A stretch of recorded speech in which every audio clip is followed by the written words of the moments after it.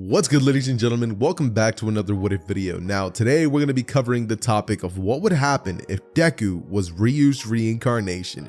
This is one of those what ifs that has been in the works for quite a while, and when I saw the PNG once again after a couple of years of not doing this what if, I realized, hey, I might as well drop this what if. It's about time that I drop another one of these little banger what ifs for you guys. So for all you cool little Street Fighter fans out there, I hope you guys go on to enjoy the video. And for all of you who want another part to this installment, then definitely make sure to smash the like goal of 1,000 likes. That said, enjoy. Hey Ross, sauce it up.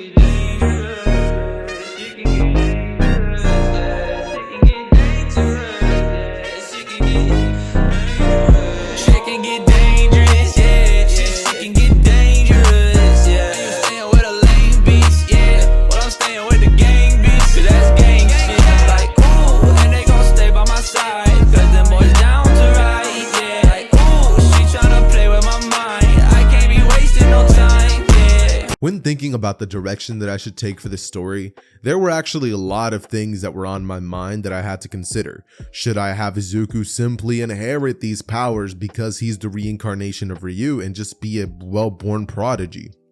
Should I have him be trained by Goken?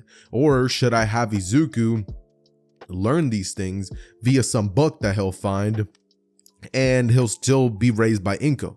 Like, there was 3 ways that I could have realistically gone about this story, but I decided, you know what? I think that I'm going to be sticking true to the Street Fighter nature, and I'm actually going to be taking a little bit of a stranger route than most people would have anticipated.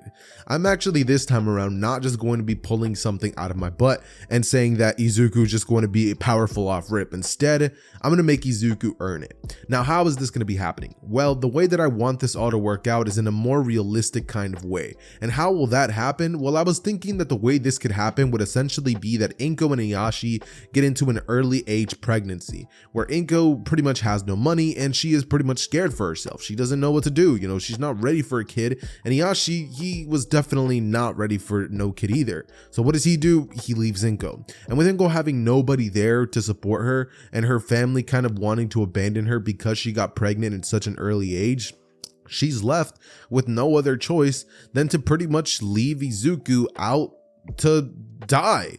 Like, she literally doesn't even take Izuku to an orphanage because she's too embarrassed. She'd rather just put Izuku in a basket and take him to this like area in the forest, right? Like, she drives deep into the forest, and by the side of the freeway, she ends up just leaving Izuku there, right? Now, this would be like up on the mountains and stuff like that. And, you know, Inko would pretty much just drive off. A couple of hours later, Goken would end up stumbling upon this area when he was on his way back from another training session, just a calm like little run, right? And he would see this young boy who is simply crying, like he has nothing. So Goken just looks around and thinks to himself that this is a kid that was left to die because nobody comes here. Like, this kid was going to die in a couple more hours if he was left there. So what does Goken do? He decides that it's about time that, you know, he changes some things. So he proceeds to pick up Izuku and say, I'm gonna name you Ryu, and from now on, you're gonna be under me. And Goken would look towards the direction of Izuku as he holds him in his arms, and he would think to himself that someday soon when he grows up, he'll begin teaching him the ways of his martial arts styles, right? And for the next following years, Izuku would be raised in terms of his writing, speech, grammar, and all those things by Goken, who would teach him manners and all those different things, right? And Izuku would grow up to be a very respectful kid, a very, disciplined boy. But once he gets around the age of 7 years old and he started his training and, he basically became pretty much a lot of a powerhouse without a quirk, mind you, because in this world, quirks will be a thing. And I'm going to be saying that Goken is actually one of those people who don't have a quirk. Right? However, Goken in his early years would have actually been recruited as a hero because they didn't allow him to use his powers on nilly-willy, so he was forcefully given a hero license, and that was the only reason he was able to pretty much fight off against no good doers, right? Now, I'm going to be saying that one of those people who were on the board that decided to give him the license and forgave him for all the previous transgressions, I guess you could say, would be the father of Katsuki Bakugo, which is going to be the reason that Bakugo and Deku are going to be meeting. And I'm pretty sure you guys already can guess where this is going to be going. Bakugo is going to be coming from a very, very rich family back in the US, right? And because of this, Bakugo will end up arriving and kind of just being taken in by Goken as well. Now Goken has to raise both Ryu and Ken, and they're both of similar ages, to the point where he thinks that even though it will be a little bit more difficult, he can make it work. And seeing as it's one of his close friends and he owes him a favor, he decides that training him and teaching him discipline and showing him the ways of martial arts won't be that bad for this kid. If anything, it'll maybe help Ryu and push him to get even stronger.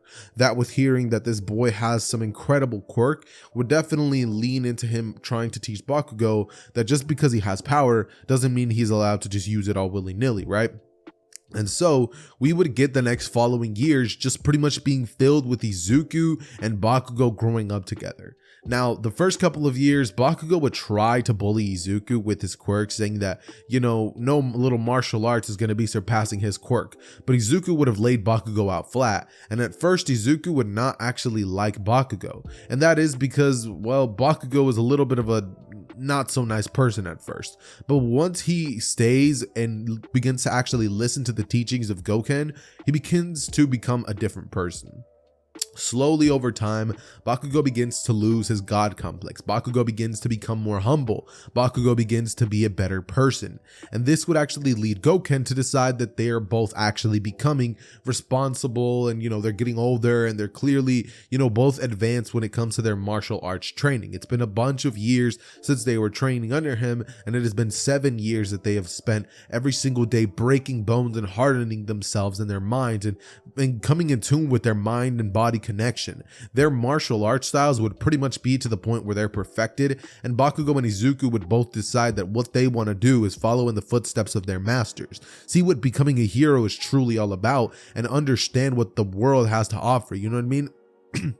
Izuku wants to fight against powerful foes, and the way that he'll find those is by becoming a hero, because most powerful foes are simply villains. There's no such thing as super powerful fighting like organizations or tournaments in this world, so there's no real reason why he would go in pursuit of something like that, seeing as that doesn't exist. Most of the powerhouses in the world are all heroes or villains, so that's the route Izuku chooses. And Bakugo, he chooses it because early on age, he decided he wanted to become a hero, and that just never left the inside of his mind. Both boys would be very, very much so powerful, and they would both be resemblant mirrors of that of Ryu and Ken, with Bakugo obviously being Ken because of his explosions and Ken having fire, and him being more mainly using that with his attacks. Bakugo would be a lot, pretty much on par with Izuku, and the reason for this is because Izuku, I'm going to be saying, is more in touch with the teachings of Goken. He was a little bit more of the favorite student, and he trained a lot harder because of the fact that Bakugo had the quirk advantage that Izuku doesn't have. Izuku knows about the advantages of other people who have quirks. I mean, there's people who have quirks that can turn their skin into iron, which will make it hard for him to punch them. There's people who can completely engulf themselves in flames. There's people who can shoot lightning at him. And Izuku decided to create a countermeasure for that. The Hadouken, something that Izuku is going to be using for long range attacks, and even a Hadouken covered in fire, which Bakugo finds extremely impressive, something that he himself also has access to after asking Izuku to teach it to him. Both boys would become very, very powerful people in their own right, and eventually they would get to the age where they both decide that it's about time they leave. They end up abandoning their homes for a couple of years, and they promise Goken that they will return someday and thank him for everything. For now, they say thank you and leave him with farewell gifts, as Izuku goes up to Goken and smiles and gives him the biggest hug in the world. Goken was never the type to go in for affection, but Izuku says, "Thanks, Dad." And from here, Izuku would go on to pretty much make his way towards Japan, the #1 hero school in the world, where he would learn in UA High School, the school of all heroes, and the school where one of the most powerful heroes in the world resides, All Might. Now, All Might would pretty much be teaching this year, and it was pretty crazy because Izuku had no idea of this. There was never no sludge villain incident, and instead the sludge villain just ends up getting away, and All Might just never catches him. That's what I think would have happened if Izuku and Bakugo would have never gotten in the way. I think honestly the sludge villain would have captured someone's body who was just a normal human and ran away. Without the aid of explosions, nobody would have even noticed, and the sludge villain would have made its merry way on. And because of this, I'm going to be saying that both Izuku and Bakugo, when they make their way towards Japan, would be given a sum of money by the parents of Bakugo so that he could pretty much stay there in Japan and do his hero training, right? Now, Bakugo, because he's the son of one of the highest commissioners of like the Hero Society and stuff like that, would be told that he could truly just get in through recommendations. But because Izuku doesn't have access to that, Bakugo wants to go in through the normal way just like Izuku will. And so both of them would live in the same housing for the next couple of 4 years where they're going to be training to become pro heroes, with the goal of someday surpassing the man known as All Might and becoming so powerful that no villain will ever be able to stand in their way. Izuku and Bakugo are both preparing themselves, and Izuku is actually working a part-time job to try to help Bakugo out with the bills, even though Bakugo always says that it's not a big deal and that for now Bakugo got it. But Izuku would not feel proud in that. He would not be able to like know that he's just living here scot-free. So Izuku, he goes over and he takes his little part-time job, and because of this, Bakugo and Izuku would both have their little monies. They would train together on some beach, which they would decide to clean up as a form of training, and because they wanted to see the beauty that was underneath it all if the junk was all truly removed. After a gruesome 4 months of cleaning this beach, it would finally be back to its gorgeous state, and they would both be able to use the sand to pretty much train barefooted and help them when it comes to their speed and agility and all things of that nature. Izuku and Bakugo would begin getting more and more powerful, and keep in mind, Izuku's name is going to be Ryu, but I'm going to be referring to him as Izuku. Bakugo's name is going to be Bakugo and not Ken, because he's not Ken's reincarnation. He was just trained by, the master who would have showed stuff, and he is pretty much going to be based off Ken. So I mean, I guess you could say he is his reincarnation, but not really. That said though, what pretty much ends up occurring after this is we get a scene where both of them around the 7-month arc would both smile to each other after having hit the gym, and they would both think if they're going to be getting in. Ken or Bakugo would be like, of course we are. I mean, look at us, we're powerful. And trust me, someday we're gonna be living it up in the hills, just like my parents, just like I would have if I would have never been tossed over there with Master Goken.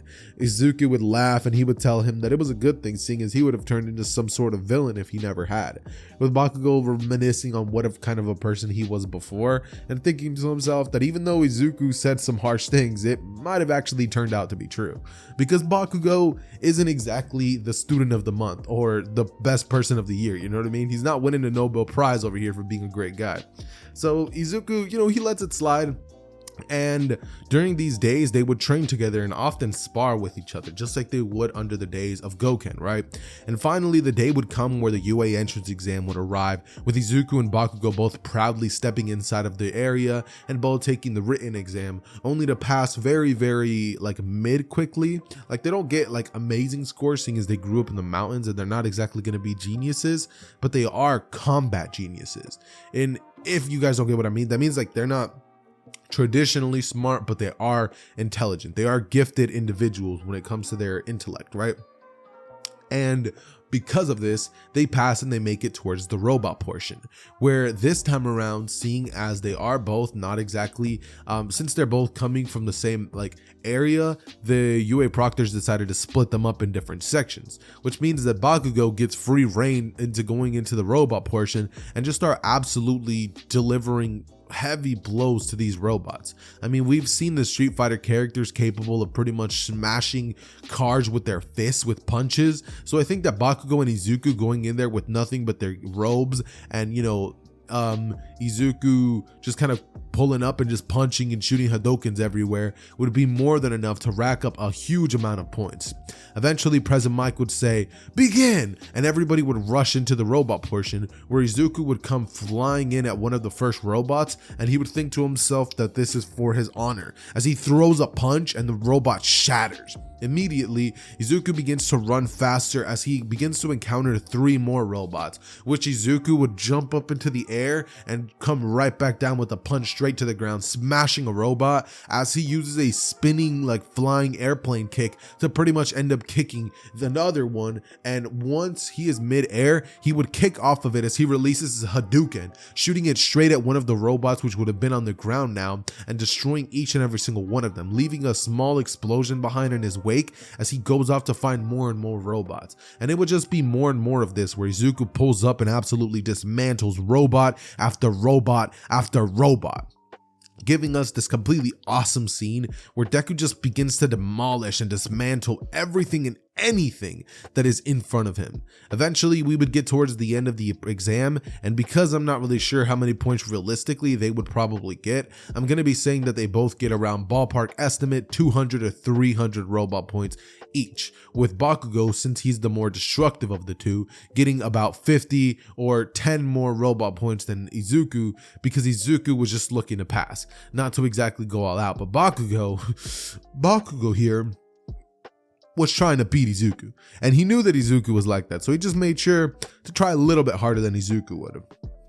Realistically, if they both truly went all out and were bloodlusted, they would have gotten at least double or triple the score that they just got. But regardless of that, eventually for each of them, the 0-pointer would arrive, and because they were told that there's no real reason for them to attack it, Bakugo doesn't go after the 0-pointer. Nobody needs help.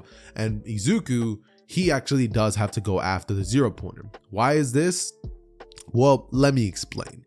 Because the Uraraka is still going to be trapped underneath some rubble, and she's still going to be needing a hero, which Izuku is going to be there right on time to be for her.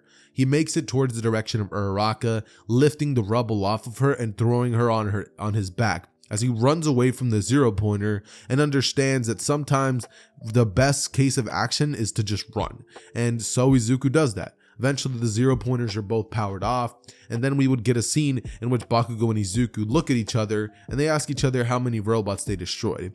Izuku says that he's not sure, but he did destroy quite a bunch, at least 100 or 200. And Bakugo says, I destroyed like 300 to 400. Right? And Izuku's like, okay, whatever, show off. As after this, Bakugo just begins laughing, and they make their way towards their house, where they just pass out for the day. And the very next day, they would just pretty much spend it just relaxing, watching shows and stuff like that, with Izuku going out and getting a bite to eat and stumbling across a very, very strange girl. This girl would actually, not strange, but a very unique girl, right?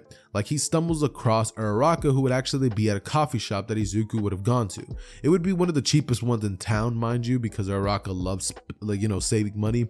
And Izuku looks to her as he's like, hey, you're the girl that was in this, that was about to get crushed by the robot. Uraraka would pretty much grab the side of her head and be like, yeah, that was me. And Izuku asks her how that happened. She then begins to explain the situation and how everything happened, and she says, kind of embarrassing considering I'm trying to become a hero and here I am being saved by someone else. Izuku says that it's not to worry, that there's no shame in being saved by somebody else, but there is shame in not getting stronger when you have the chance.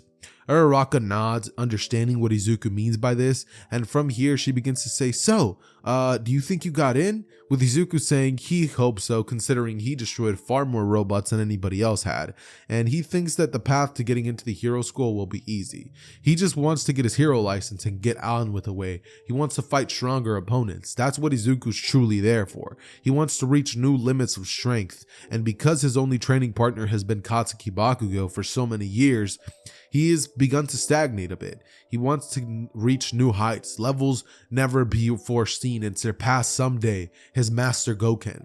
With Uraraka saying, oh, who's that? Is that the guy who taught you how to fight? Izuku says he's more than that. He's like a father to me. And from here, they continue having a conversation in which Uraraka asks for Izuku's number. And Izuku turns to her and says, I don't have one. I'll just see you around in school. As he walks out and actually leaves a couple of bills behind for Uraraka to even pay for her own drink, which Izuku would have kindly been, more than nice enough to pay for hers. He goes back home, and about 1 to 3 days later would pass, which Izuku and Bakugo would get their entrance exam letters, and they would both be briefed in on the fact that they passed, and they actually passed with flying colors. It was incredible how many robots they destroyed.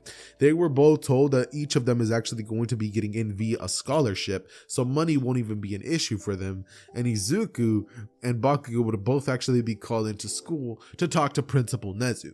They would do so the very next day, and he would pretty much just tell them about how impressed he is, asking if they are somewhat related to Master Goken, one of the founders of one of the greatest heroes ever. Like, he had so much potential, so much power, and he was potentially one of the only people who could probably light a candle to All Might, with Izuku and Bakugo saying they trained under him, and Nezu being extremely impressed.